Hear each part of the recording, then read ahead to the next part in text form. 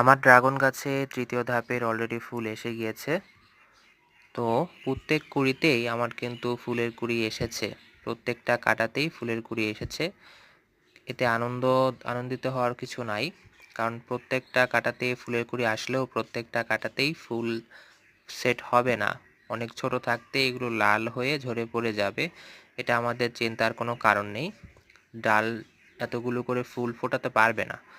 গাছের যতটুকু খাদ্য সঞ্চয় করেছে সে ততটুকুই আসলে আমাদের ফুল দেবে। এরকম করে দুটা ধরেছে, এখানে একটা ধরেছে, এই একটাও যে টিকবে কিনা তারও কিন্তু আমাদের কোনো গ্যারান্টি নেই, লাল হয়ে ঝরে পড়ে যেতে পারে।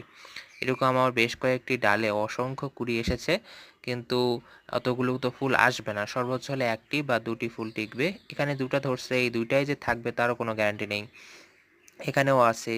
তো এরকম প্রত্যেকটা ডালে সর্বোচ্চ 1 থেকে 2টি ফুল টেকে।